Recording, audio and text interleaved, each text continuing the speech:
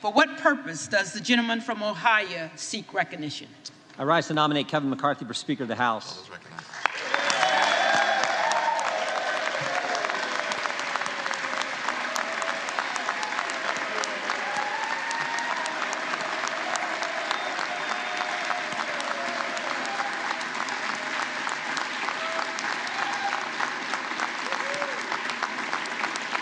The gentleman is recognized.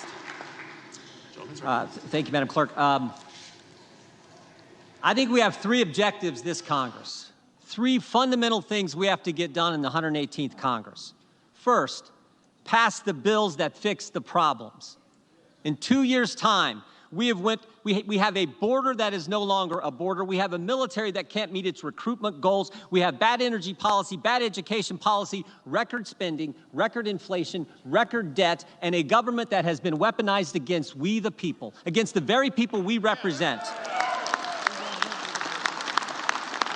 So we need to pass legislation to address all that. And I hope my Democrat colleagues will join me. Every minute, every day. And if they don't, and if Chuck Schumer says, no, we're not going to take up that legislation that we pass, and if Joe Biden won't sign it, so be it. They'll have to answer to the people in 2024.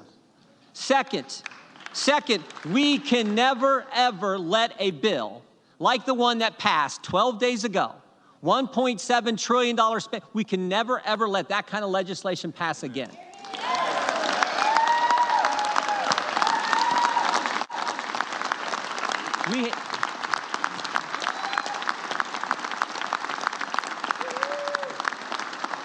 We have to pass a budget that makes sense, that's good common sense, then do the 12 appropriation bills that recognize it's the people's money, not ours, and send it to the Senate, and then stand firm on that legislation. And again, if they won't take it up and Joe Biden won't sign it, we can stand firm on a CR or something. We can have that fight, but we are not going to have what took place a week and a half ago ever happen again. And then finally, third, and this is important, we got to do the oversight, do the investigations.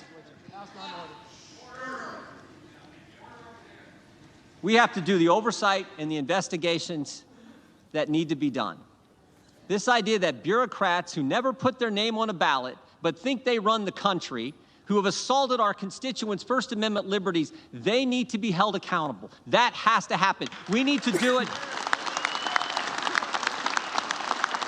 All right, Jim Jordan, Congressman from Ohio, making clear he supports Kevin McCarthy. Interestingly, Steve Scalise, a possible replacement for McCarthy, we need to do it in a way that's consistent with the Constitution, but we need to do it vigorously and aggressively. That is part of our duty as members of this body.